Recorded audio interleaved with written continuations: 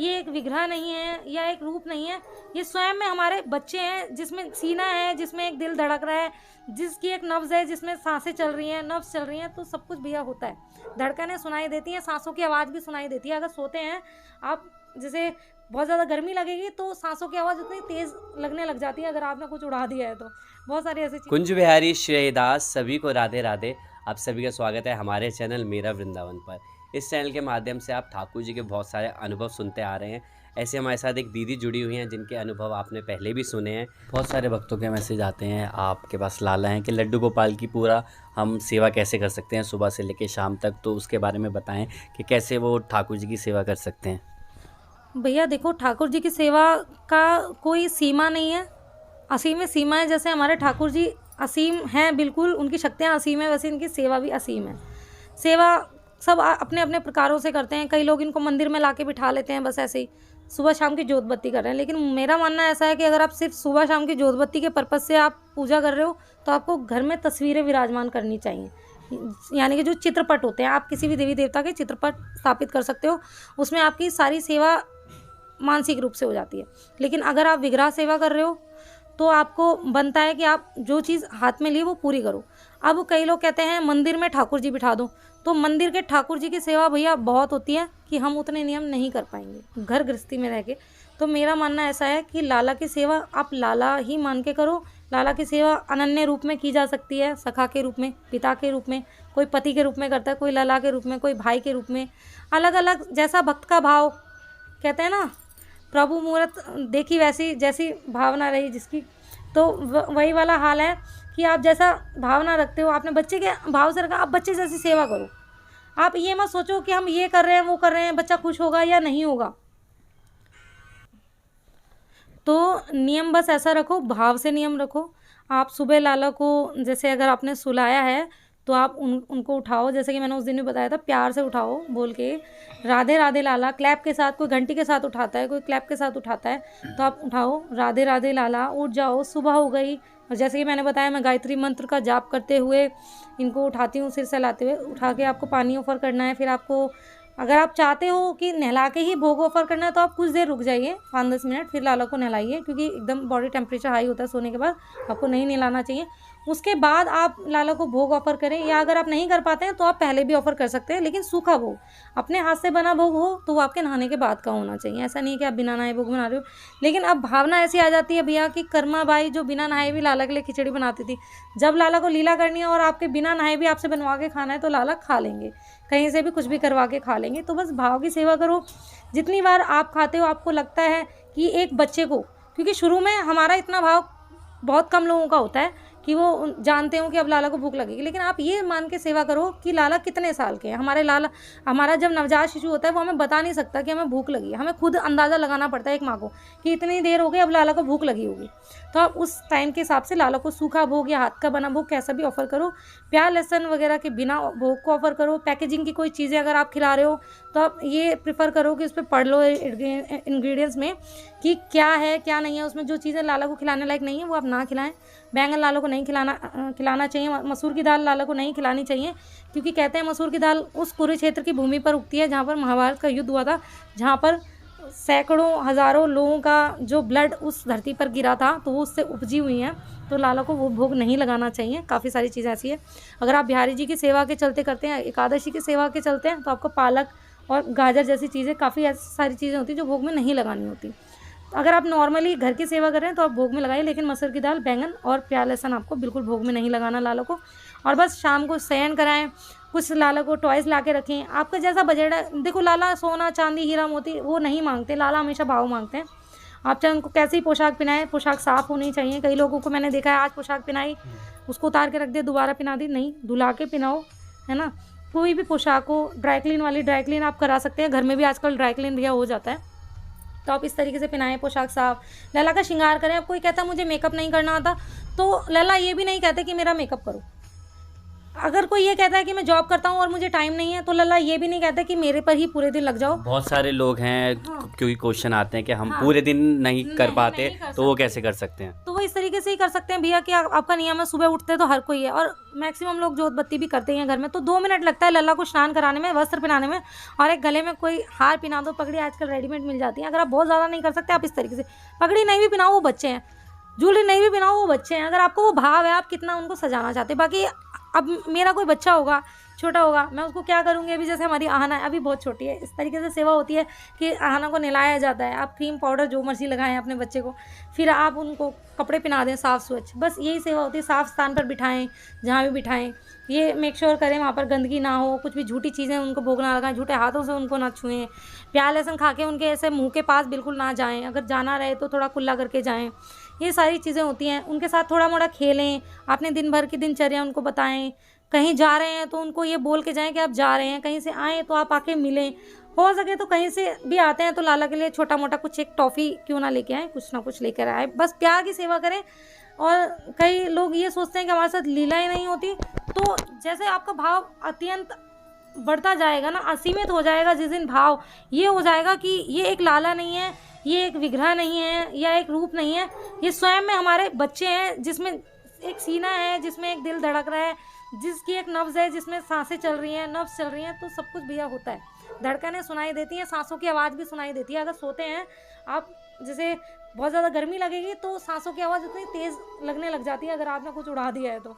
बहुत सारी ऐसी चीज़ें होती हैं, पसीने भी आते हैं भैया। तो इनकी और बहुत सारे भक्त मैसेज करते हैं कि ठाकुर जी का कैसे पूजा करें, क्या मंत्र का जाप करें, और कैसे ठाकुर जी को पा सकते हैं, तो उस विषय में थोड़ा कुछ बताएं। भैया ठाकुर जी को पाने के लिए मुझे ऐसा लगता है, देखो मैं कोई ज्ञानी नहीं हूँ, मुझे कुछ पता नहीं है, बट मुझे ऐसा लगता है कि एक हम जो ज़बान से बोलते हैं ना, उससे ज़्यादा हमारे आत्मा की भाषा भगवान समझते हैं। जाप का भी ये माना जाता है कि अगर आप बोल के जो करते हो ना, वो जाप से ज़्यादा पावरफुल वो होता है जो आप मन में कर रहे हो। तो इसी तरीके से होता है कि अगर आप कोई सा भी जाप पकड़ लो, आपको भगवान का नाम ही तो लेना है। अगर आप राधे राधे कहोगे तो भी चले आएंगे बिहारी, ठीक है। श्री कुंज बिहारी श्री हरदास बोलते हो तो श्री हरदास जी जो उनके लाडले खुद से बिहारी जी हैं, तो जब आप उनका नाम और बिहारी जी का नाम साथ में लेते हो तो भी वो आते हैं। या कहते हैं कि हरे रामा हरे कृष्णा महामंत्र का जाप करना चाहिए, तो आप उस मंत्र को भी जाप करते हो, वो भी बहुत पावरफुल है। लेकिन मेरा मानना ऐसा है कि अगर आपने मुंह से अगर बोल दिया है कि हम इतना ही जाप करेंगे, तो आपको डेली करना चाहिए, आपको प्रॉमिस नहीं तोड़ना चाहिए अपना, क्योंकि आपने वो भगवान से किया है, और वो भगवान जो हमारी आत्मा से कनेक्ट है, ठीक है। लेकिन अगर आप नहीं कर सकते तो भगवान ने कोई फोर्स नहीं करा भैया। मेरा तो जो नियम है तो है, करती हूँ, लेकिन ऐसा कोई भगवान ने फोर्स नहीं किया कि हम इतना ही मंत्र जाप करेंगे या मुंह से ही बोलेंगे या सुनेंगे नहीं। आप चाहे भजन के माध्यम से सुने, आप चाहे भगवत गीता के माध्यम से सुने, आप चाहे किसी ग्रंथ के या किसी सत्संग के किसी के भी माध्यम से सुने, आपको भगवत नाम सुनना है और ज़्यादा से ज़्यादा उसकी चर्चा भी करनी है। क्योंकि ईश्वर ये भी तो देख रहा है ना कि अगर मैं आपसे बात कर रही हूँ तो मैंने आपसे कितनी देर में अपनी पर्सनल बातें करी हैं या अदर पर्सन की बातें करी हैं, या कितनी देर मैंने भगवत चर्चा की है, तो वो भी ईश्वर हमारे भाव देख रहे हैं। अब ऐसा ज़बरदस्ती नहीं है कि अब आज से ही शुरू हो जाए कि अब दीदी ने कह दिया हम भगवत चर्चा करेंगे तो लीलाएं शुरू हो जाएंगी, नहीं, वो अंदर से भाव आना चाहिए कि अपने आप ही भगवत चर्चा निकल जाए। कोई बात करें घूम फिर के उसमें लाला की बातें इन्वॉल्व हो जाए। आप कहीं भी बैठ रहे हो, कोई फंक्शन हो रहा है, लेकिन सडनली आपको याद आए कि हमारा लाला तो ऐसा, हमारा लाला तो ऐसा। आप किसी मंदिर में जाके श्रृंगार देखते हो, आपको पसंद आता है, तो आप सोचते हो हमारे लाला भी ऐसा श्रृंगार करें। तो आप किसी मार्केट में जाते हो, आप कोई फैब्रिक देखते हो या कोई ड्रेस देखते हो, पोशाक देखते हो, आप सोचते हो ये अगर हमारे लाला धारण करें तो कैसा लगेगा। अगर और फिर भैया एक चीज़ और मैं बताऊँगी, लाला को ज़्यादा से ज़्यादा सेवा अपने हाथ की देने की कोशिश करनी चाहिए। क्योंकि देखो किसी के पास टाइम नहीं है, आजकल की दुनिया में सब वर्किंग है, मैं भी वर्किंग हूँ, लेकिन एक होता है समय निकालना। वीक में एक दिन की छुट्टी होती होगी, आप 2 घंटे बैठ के बनाएं। आज नहीं आएगा, कल नहीं आएगा, हमने हर चीज़ें एक सीखी हैं। अगर हम जब अनमैरिड नहीं थे, हमें नहीं पता था कि हम ससुराल में गृहस्थी कैसे चलाएंगे, या अगर हमारा बेबी हो जाएगा कल को, हम उसका जो पालन पोषण कैसे करेंगे, हम सीखते हैं। तो वैसे ही हमें अपने लाला की सेवा सीखनी चाहिए, कोशिश करनी चाहिए। एफर्ट्स कभी भी नाकामयाब नहीं होते, देरी हो सकती है कामयाब होने में, लेकिन नाकामयाब कभी नहीं होते। तो आपको वही भाव लाला को देना चाहिए। लाला बस वही भाव आपसे मांगते हैं, और वो भाव ज़बरदस्ती का नहीं होता, वो आपके मन से ही निकलता है। आप लाला से कनेक्ट होने की कोशिश कीजिए, लाला की आंखों में देखिए। सबसे ज़्यादा आपको भगवान के चरणों में तो देखना ही देखना चाहिए, आंखों से इसलिए देखना चाहिए ताकि आप उनकी आंखों में खो जाएं। जैसे कि मैं कभी भी बिहारी जी जाती हूँ भैया, दर्शन की बात है, और ये एक मेरिकल ले लो जो मैंने अनुभव किया है बिहारी जी जाके। जब मैं जाती हूँ ना, लाला का श्रृंगार मुझे बहुत सुंदर लगता है, एकदम इतना भव्य श्रृंगार, इतना सुंदर।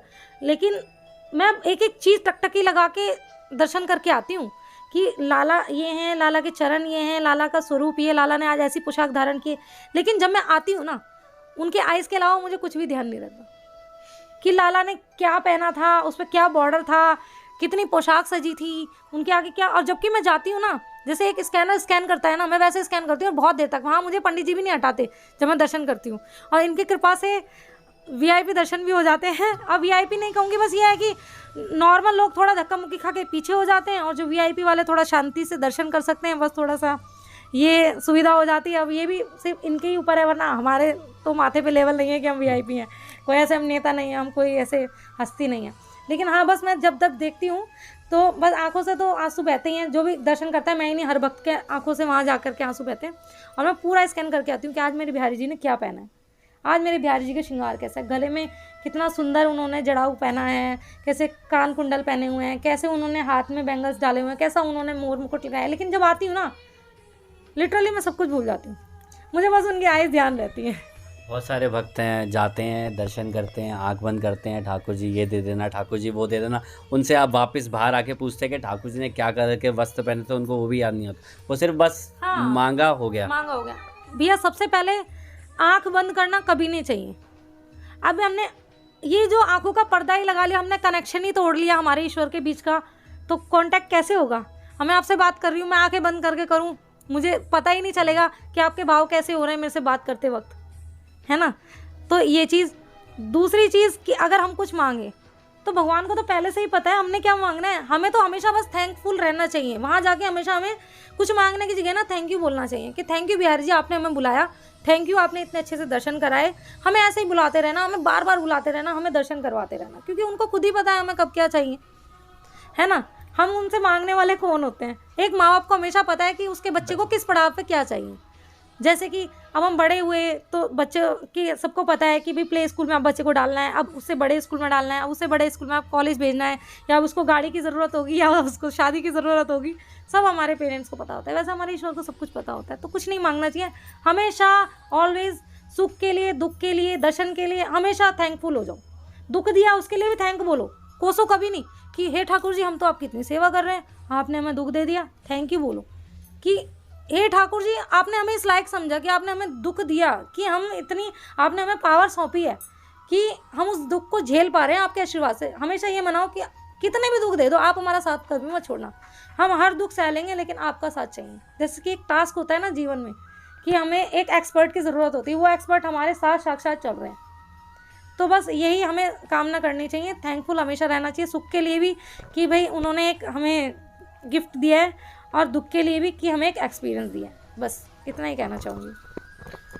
तो बहुत ही सुंदर दीदी ने लीला बताई, और आप भी इसको फॉलो करें और ठाकुर जी की जितनी हो सके ठाकुर जी की भक्ति करें, राधा नाम ले और हरि नाम का प्रचार करें। सभी को कुंज बिहारी श्री हरिदास राधे राधे। राधे राधे।